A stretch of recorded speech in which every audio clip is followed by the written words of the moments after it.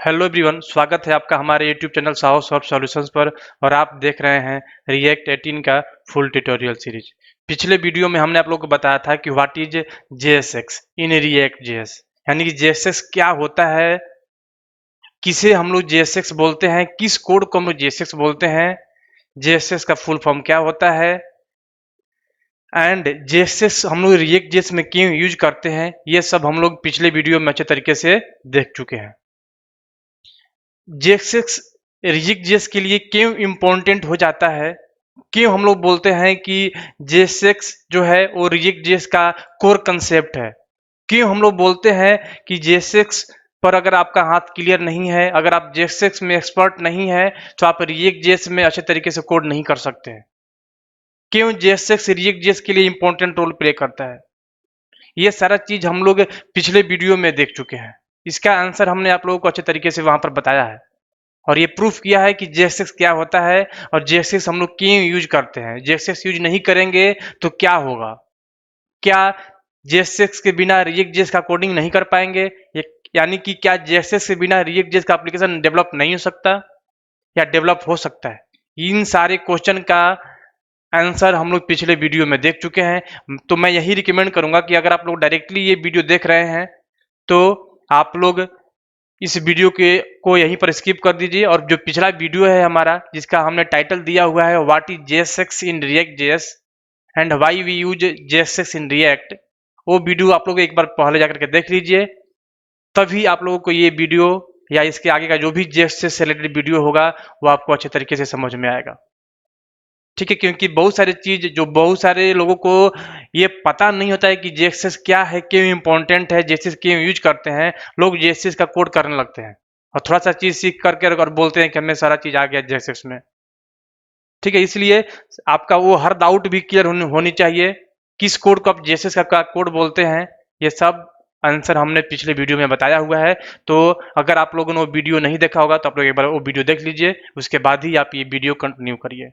तो आज के वीडियो में हम लोग देखने वाले हैं कि what is react dot create element function, यानी कि आज हम लोग देखने वाले हैं कि क्रिएट एलिमेंट फंक्शन क्या करता है। अगर आप लोग हमारा पिछला वीडियो नहीं देखे होंगे तो आपको ये समझ में नहीं आएगा कि क्रिएट एलिमेंट फंक्शन क्या होता है। हमने थोड़ा बहुत वहां पर भी इंट्रोड्यूस किया हुआ है react dot create element function के बारे में। ठीक है, तो चलिए शुरू करते हैं आज का ये टॉपिक। तो हम लोग देखने वाले हैं कि what is the React dot create element function. ठीक है, हालांकि ये क्रिएट एलिमेंट फंक्शन आपको यूज नहीं करना है, लेकिन आपको पता होना जरूरी है। ऐसा नहीं हो सकता कि आपको इसके बारे में पता नहीं है। अगर आपको इसके बारे में पता नहीं है तो आप कोई भी इंटरव्यू क्रैक नहीं कर पाइएगा। इस चीज का जिक्र आपको हर जगह पर मिलेगा और आपको पता होना चाहिए एज ए रिएक्ट डेवलपर।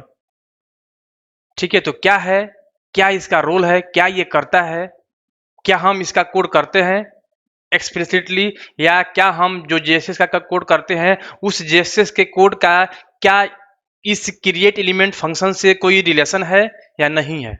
इन सारे क्वेश्चन का आपको इसमें आंसर मिलेगा। आज की इस वीडियो में हम लोग इसमें थ्योरी के साथ साथ प्रैक्टिकल एग्जाम्पल भी आप लोगों को करके मैं दिखाने वाला हूं। तो बने रहिए आप लोग हमारे इस वीडियो के साथ। ठीक है, चलिए शुरू करते हैं। देखिए, तो जैसा कि आप लोगों को पता है कि रिएक्ट जेएस में एज ए लैंग्वेज हम लोग जावास्क्रिप्ट यूज करते हैं। तो जावास्क्रिप्ट में एक फंक्शन हुआ करता है क्या, डॉक्यूमेंट डॉट क्रिएट एलिमेंट। क्या, डॉक्यूमेंट डॉट क्रिएट एलिमेंट। जो काम आपका डॉक्यूमेंट डॉट क्रिएट एलिमेंट करता है सेम वैसा ही काम आपका यहाँ पर react dot create element function करता है। यानी कि जावास्क्रिप्ट में हम लोग document dot create element function किस लिए यूज करते हैं, प्रोग्राम के द्वारा HTML एलिमेंट को क्रिएट करने के लिए बाय टैग नेम। यानी कि हम लोग क्रिएट एलिमेंट में जिस टैग का नाम देंगे उसके हेल्प से ये HTML का एलिमेंट क्रिएट करके देता है। कौन, document dot create element function. तो ठीक उसी तरीके से, एग्जैक्ट उसी तरीके से रिएक्ट जेएस में रिएक्ट डॉट क्रिएट एलिमेंट जो फंक्शन है ये एक तरीके का एपीआई है और इसका काम भी क्या है, एलिमेंट क्रिएट करना। जो आप उसमें टाइप मेंशन करिएगा, H1 डाल दीजिएगा तो H1 टैग क्रिएट कर देगा, एक इनपुट डाल दीजिएगा तो ये इनपुट क्रिएट कर देगा, एक div डाल दीजिएगा तो ये div क्रिएट कर देगा, स्पैन डाल दीजिएगा तो ये स्पैन क्रिएट कर देगा, एक पैराग्राफ डालिएगा तो पैराग्राफ क्रिएट करेगा। यानी कि जो भी आप यहाँ पर टैग नेम मेंशन करिएगा वो ये क्रिएट करके दे देगा। ठीक है, तो just like the create element method in API in React library similar to the document dot create element function which is used in JavaScript to programmatically create HTML element specified by tag name। यानी कि जिस तरीके से हम लोग JavaScript में document dot create element method use करते हैं किसी एलिमेंट को क्रिएट, किसी HTML एलिमेंट को क्रिएट करने के लिए बाय टैग नेम, ठीक उसी तरीके से रिएक्ट जेएस में हम लोग यूज करते हैं एलिमेंट को क्रिएट करने के लिए क्या, react dot create element function. ठीक है, यहां तक तो क्लियर हो गया। ठीक है, हम आप लोगों को रिलेट करके पढ़ना चाह रहे हैं ताकि आप लोग कनेक्ट कर पाए, क्योंकि अगर आप लोग रिएक्ट जेएस पढ़ने आए हुए हैं, अगर आप लोग पढ़ रहे हैं तो आपको जावास्क्रिप्ट थोड़ा बहुत आ रही होगी। ठीक है, तो जावास्क्रिप्ट का जो मेथड है डॉक्यूमेंट डॉट क्रिएट एलिमेंट, ठीक उसी तरीके से रिएक्ट जेएस का मेथड है रिएक्ट डॉट क्रिएट एलिमेंट। ठीक है, यहां तक क्लियर है। आगे देखते हैं। देखिए, ये तो क्लियर हो गया। जैसे कि हमने पिछले वीडियो में आप लोगों को बताया था कि हम लोग जेएसएक्स क्यों यूज करते हैं। जेएसएक्स हम लोग यूज इसलिए करते हैं क्योंकि अगर आप लोग जेएसएक्स यूज नहीं करिएगा तो आपको रिएक्ट के टर्म में कोडिंग करना पड़ेगा। आपको एचटीएमएल का कोड आप डायरेक्ट लिख नहीं पाएंगे। आपको एचटीएमएल का कोड जनरेट करवाने के लिए आपको react dot create element method का यूज करना पड़ेगा, जिसमें आप एक अलग तरीके का कोड करना पड़ेगा आप लोगों को। आप डायरेक्टली एचटीएमएल का कोड नहीं लिख सकते, जिसमें आपका हाथ क्लियर नहीं होता है। हम लोगों का ऑलरेडी प्रैक्टिस किस चीज पर होता है, जावास्क्रिप्ट पर और एचटीएमएल पर। ठीक है, तो अगर आप लोग जेएसएस का यूज करते हैं तो हम लोग क्या करते हैं कि डायरेक्टली एचटीएमएल का कोड और जावास्क्रिप्ट दोनों को एक साथ यूज कर लेते हैं। हमें कुछ अलग टाइप का कोड नहीं करना पड़ता है। अलग टाइप का करने का मतलब क्या कि हम जिस तरीके से एचटीएमएल का कोड हम लोग पढ़े हुए हैं, सिंगल एलिमेंट लिखना एचटीएमएल में या मल्टीपल यानी कि नेस्टेड एलिमेंट, ठीक उसी तरीके से ही हम लोग एग्जैक्ट उसी तरीके से हम लोग रिएक्ट जेएस में कोडिंग कर सकते हैं with the help of JSX. तो हमें यहाँ पर दिक्कत नहीं होता है। अगर हम लोग जेएसएक्स का यूज नहीं करते हैं तो भी हम लोग रिएक्ट जेएस में एचटीएमएल का यूज करते हैं, लेकिन वो डायरेक्टली एचटीएमएल एलिमेंट का कोड नहीं करते। हम लोग रिएक्ट के द्वारा रिएक्ट का मेथड यूज करके, क्रिएट एलिमेंट मेथड यूज करके हम लोग एचटीएमएल का कोड क्रिएट करते हैं। डायरेक्ट आप एचटीएमएल का कोड लिखते नहीं है। अगर सपोज कर लीजिए कि अगर आपको एक div एलिमेंट चाहिए रिएक्ट जेएस में, तो आप क्या करेंगे, डायरेक्टली div टैग नहीं यूज कर सकते। अगर आप लोग जेएसएक्स यूज नहीं कर रहे हैं तो क्या करना पड़ेगा, आपको react dot create element function use करना पड़ेगा। React dot create element function use करना पड़ेगा। ठीक है, उसके द्वारा इस div एलिमेंट को क्रिएट कराया जाएगा। ठीक है, तो हेडेक हो जाता है एक रिएक्ट डेवलपर के लिए। कितना आप एलिमेंट क्रिएट करिएगा। आप लोगों को पता है कि जब आप लोग एप्लीकेशन डेवलप करिएगा तो वहां पर बड़े बड़े एचटीएमएल का कोड आपको लिखने पड़ते हैं। ठीक है, तो जितना एचटीएमएल का एलिमेंट लिखना होगा आपको, उतना बार आपको react dot create element function use करना पड़ेगा। इससे आपका एप्लीकेशन का परफॉर्मेंस भी स्लो हो जाएगा, और उससे बड़ी बात है कि आप उतना कॉम्प्लिकेटेड कोड कर भी नहीं सकते। ठीक है, ये हमने आप लोगों को पिछले क्लास में, पिछले वीडियो में प्रूफ करके दिखाया था। ठीक है, अगर आप लोगों ने वो वीडियो नहीं देखा होगा तो एक बार रिकमेंड कर रहा हूं मैं, एक बार जरूर जाकर के विजिट करिए उस वीडियो को, और एक बार जरूर जाकर के वॉच करिए। ठीक है, देखिए तो क्या होता है वहां पर, यानी कि एवरी जेएसएक्स, यानी कि देखिए हम रिएक्ट जेएस में क्या करते हैं, हम ये चाहते हैं कि एचटीएमएल का कोड डायरेक्टली लिख लें, तो उसके लिए हम लोग जेएसएक्स यूज करते हैं। ठीक है, और उस जेएसएक्स को, यानी कि जेएसएक्स हमें अलाउ करता है कि आप रिएक्ट जेएस में जावास्क्रिप्ट और एचटीएमएल का कोड डायरेक्टली लिख सकते हैं, दोनों के एक साथ। आपको एचटीएमएल का कोड जनरेट नहीं करवाना पड़ेगा। ठीक है, अब लेकिन दिक्कत क्या होता है कि इस जेएसएक्स के कोड को जो आपका ब्राउजर है वो अंडरस्टैंड नहीं कर पाता है, वो अंडरस्टैंड नहीं कर पाता है। ठीक है, तो यानी कि आप जो आप कोड कर रहे हैं उसको ब्राउजर समझ नहीं पाएगा। जब तक समझ नहीं पाएगा तो आपका वो आउटपुट दे नहीं पाएगा। ठीक है, तो इस बीच में क्या होता है, बेबल रोल में आता है। बेबल क्या करता है कि इस जेएसएस के कोड को कन्वर्ट करता है ब्राउजर अंडरस्टैंडेबल कोड में। जो आपका जो ब्राउजर जिस कोड को समझेगा, ब्राउजर जो है आपका वो जेएसएस के कोड को समझ नहीं पाता है। ब्राउजर जो है आपकी जेएसएस के कोड को समझ नहीं पाता है, इसलिए बेबल क्या करता है कि ये उस कोड में कन्वर्ट कर देता है जिस कोड को आप जो आपका जो ब्राउजर है वो समझ जाए।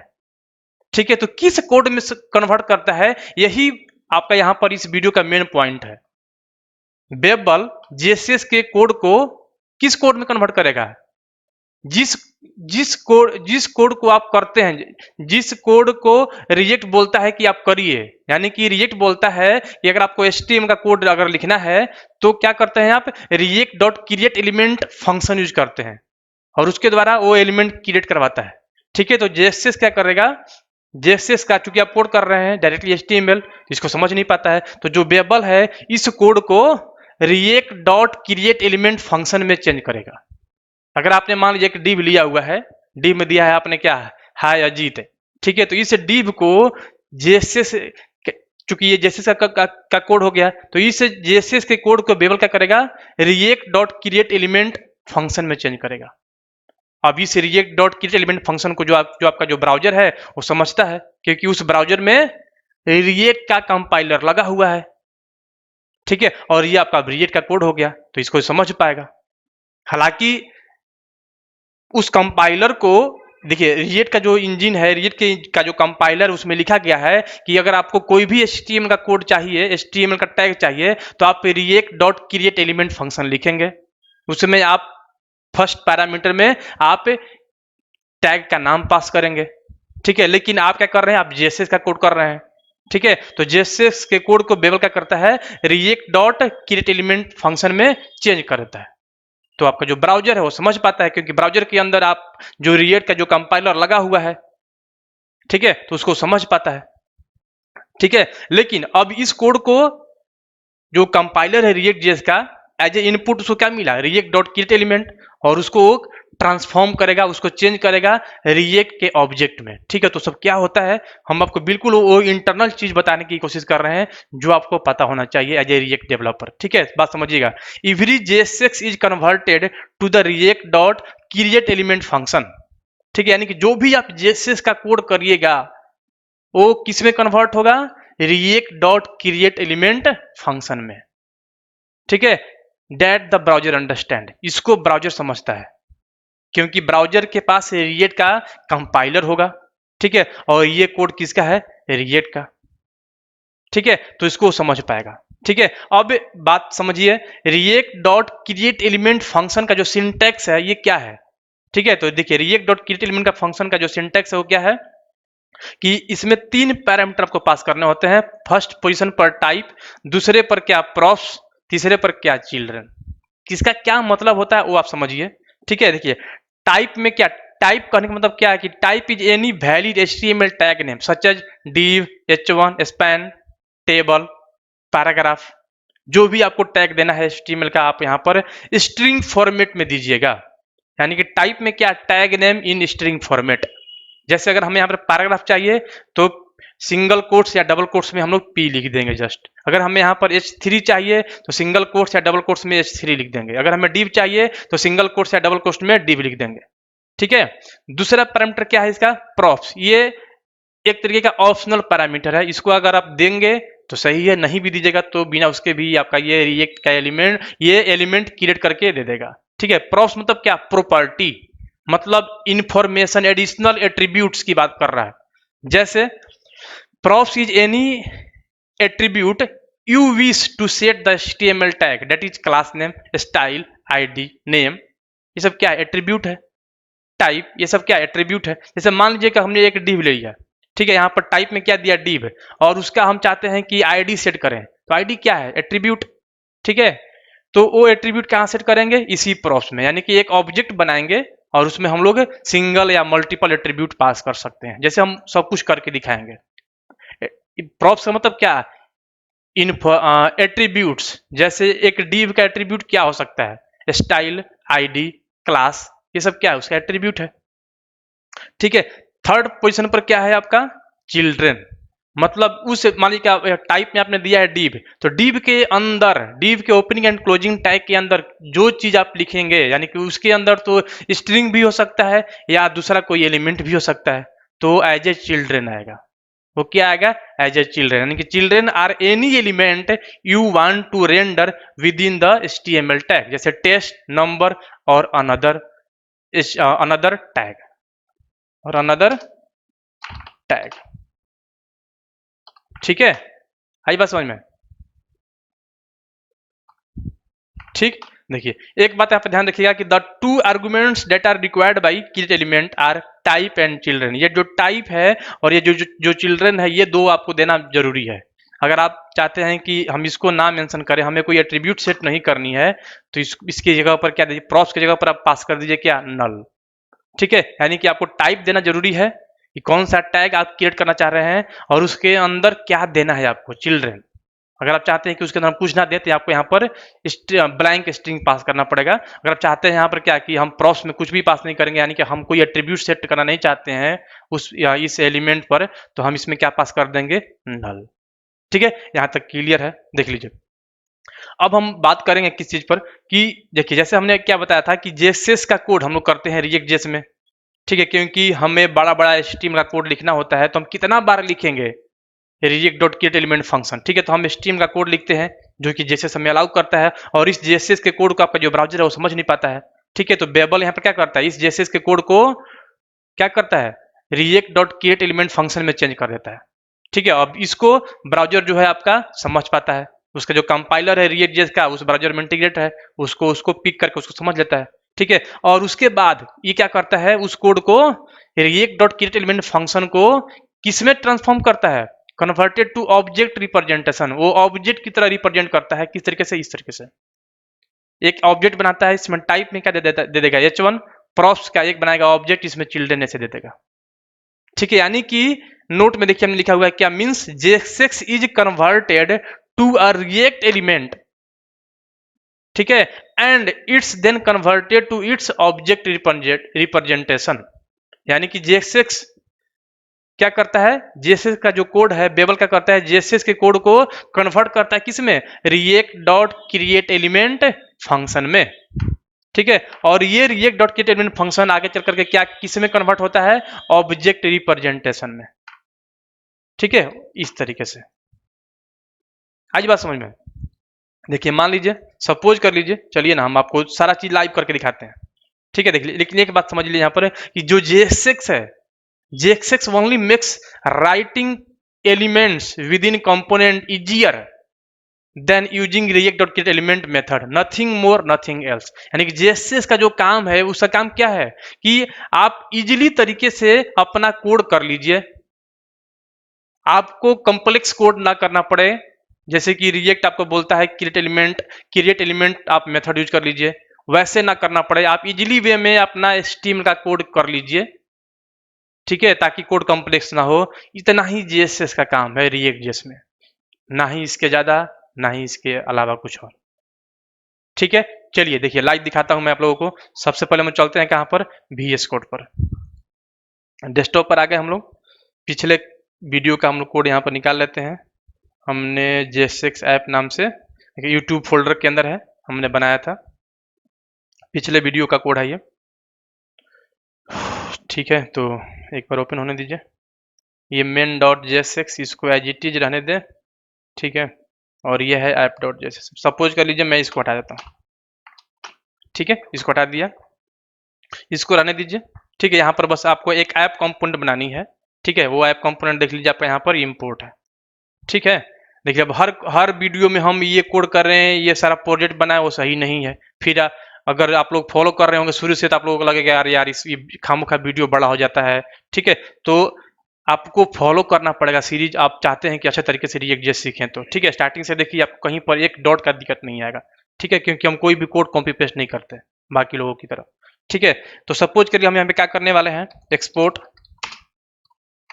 डिफॉल्ट, क्या एक्सपोर्ट डिफॉल्ट, और फंक्शन ले लेता हूं, नाम दिया ऐप। ठीक है, और यहाँ पर देखिए अब हम कॉन्स्ट लिए और दिए क्या, हम यहाँ पर my ALEM E and my element नाम दे दिया।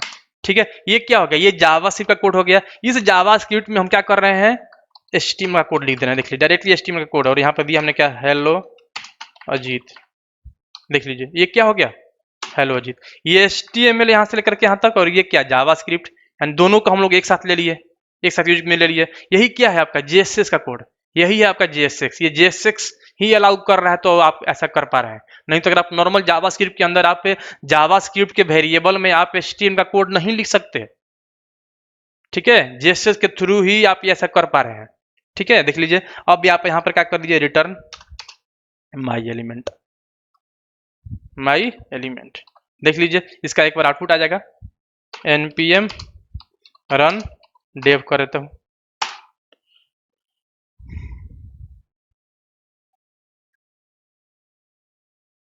अभी रन हो रहा है, रन हो गया। ये पोर्ट कॉपी कर लिया मैंने, ब्राउजर ओपन कर देता हूँ, पेस्ट, F12 भी कर लिया। मान लीजिए कंसोल वगैरह में देखते चलिए कोई एरर है कि नहीं। देख लीजिए क्या आ गया, हेलो अजीत।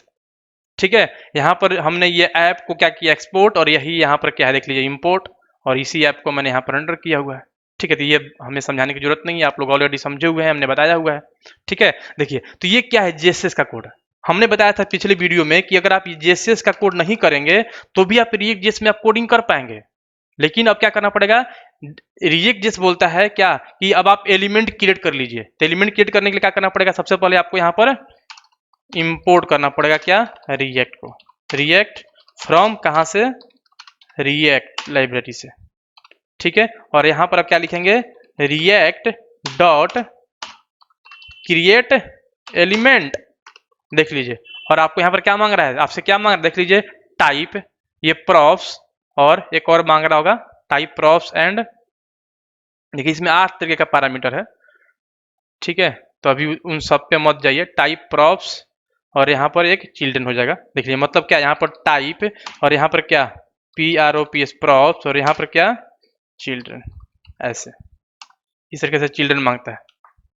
ठीक है, तो हम यहाँ पे देखिए टाइप में क्या देंगे, टाइप मतलब क्या कि any HTML tag name in string format. हमें सपोज कर लीजिए H1 टैग चाहिए, H1। देख लीजिए यहाँ पर H1 है ना, हम इसी कोड को जस्ट लिखना चाह रहे हैं, तो टाइप में क्या दिया हमने, H1। ठीक है, अभी देख लीजिए अभी प्रॉप्स में क्या लगा, यहाँ पर क्वेश्चन मार्क, क्या लगा हुआ है, क्वेश्चन मार्क। इसका मतलब क्या है, देख लीजिए यहाँ पर ये चिल्ड्रन है, प्रॉप्स में क्या लगा हुआ है, क्वेश्चन मार्क, यानी कि ये ऑप्शनल है। हमने बताया था ना कि इसमें 2 पैरामीटर आपका मैंडेटरी होता है, टाइप एंड, देखिए यहाँ पर ये क्या थर्ड में चिल्ड्रन, और यहाँ पर ये देखिए क्वेश्चन मार्क लगा। क्वेश्चन मार्क का मतलब होता है कि ऑप्शनल है, इसको आप पास भी कर सकते हैं, नहीं भी पास कर सकते हैं।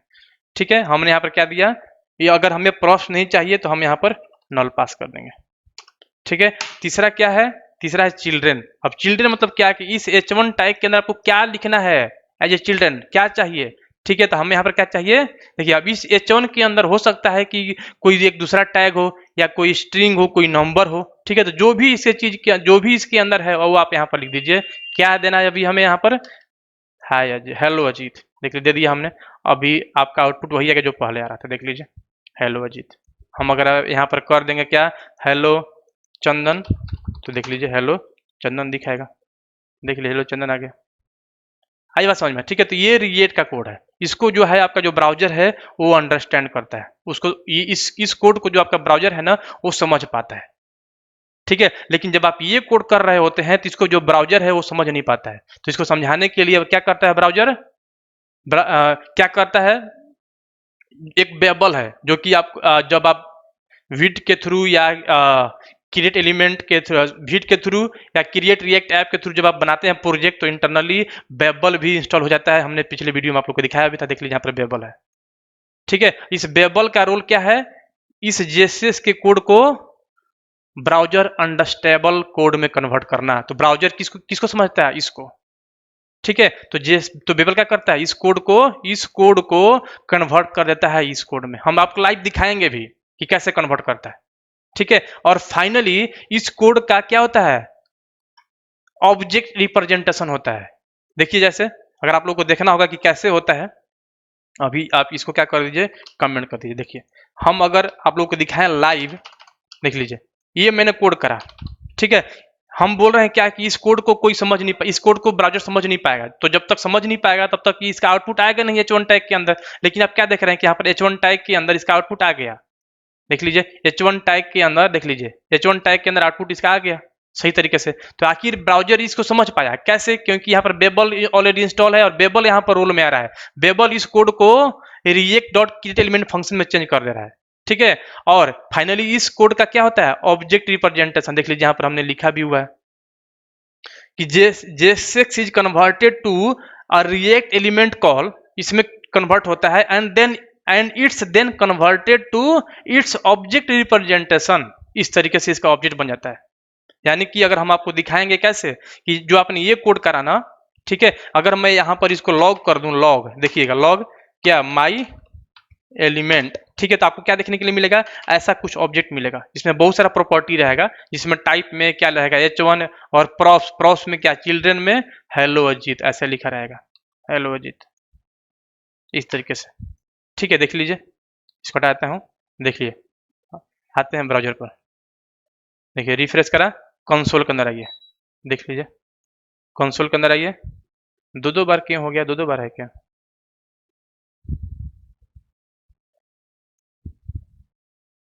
दो बार क्यों कॉल हो रहा है? सेव करा हमने, चलिए अभी दो बार का छोड़िए टेंशन, ठीक है। अभी ये देखिए, देखिए अभी क्या है, देखिए टाइप में क्या बता रहा है? आगे H1 टैग है, देख लीजिए।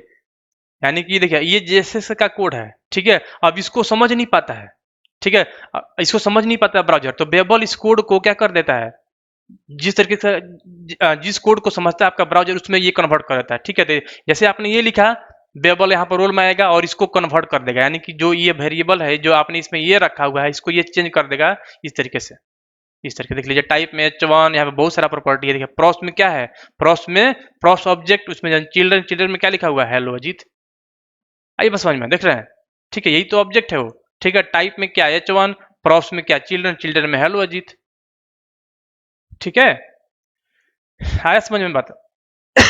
देखिए जैसे अगर आपको लगता है कि सर इस वाले में करके दिखा दीजिए, इसमें भी अगर आप करिएगा तो इसमें भी वही सीन आएगा। देख लीजिए, अगर हम इसमें भी, इसको भी ब्राउजर जो है ना ऑब्जेक्ट रिप्रेजेंटेशन में चेंज करता है। देख लीजिए, अगर हम इसको भी अगर लॉग कर दें माई एलिमेंट, देखिए इसमें भी क्या आएगा, वैसे ही ऑब्जेक्ट बनेगा।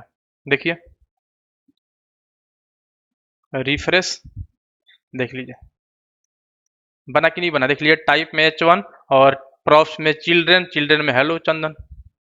कोई अंतर है? कोई अंतर नहीं है। देखिए यानी कहने मतलब क्या, बात समझिएगा। जैसे ही आप ये JSX का कोड करते हैं ना, JSX वाला, यहीं पर बेबल तुरंत रोल में आता है। अच्छा यहाँ पर JSX का कोड है, तुरंत इसको चेंज कर देगा। किसमें? देखिए बेबल इस चीज को कैसे कन्वर्ट करता है, बेबल इस चीज को कन्वर्ट करता है डायरेक्टली, इसमें नहीं, डायरेक्टली ऐसे ऑब्जेक्ट नहीं बनाता है। बेबल का काम क्या है कि बस इस कोड को चेंज करके ऐसे लिख देगा। बात समझ में आई? बेबल इस कोड को चेंज करके ये वाला कोड कर देगा, यानी कि अब इस कोड को हटा देगा, इसको हटा देगा, ये वाला कोड कर देगा, ठीक है। अब इस कोड का ऑब्जेक्ट रिप्रेजेंटेशन कैसे बनेगा, जो आप यहाँ पर देख रहे हैं। इसको समझने के लिए ब्राउजर में लगा हुआ है कंपाइलर, ठीक है। तो यानी कि जो JSX है वो क्या करेगा, बस सिंपली JSX का कोड हटा करके उसको कंपाइल करके उसको कन्वर्ट करता है किसमें, react dot create element function में। और इसको आपका जो ब्राउजर वो समझ लेता है और फाइनली इसका ऑब्जेक्ट रिप्रेजेंटेशन जैसे आपको मैं यहाँ पर दिखा रहा हूँ ऐसा बना देता है, ठीक है। इसके बाद आपको आउटपुट मिल जाता है, ठीक है। तो यहाँ तक तो मैंने आप लोगों को समझाया अच्छे तरीके से कि कैसे कहाँ पर क्या चीज पास करते हैं, ठीक है। देखिए जैसे अब देखिए, मान लीजिए अब इसको हटाते हैं।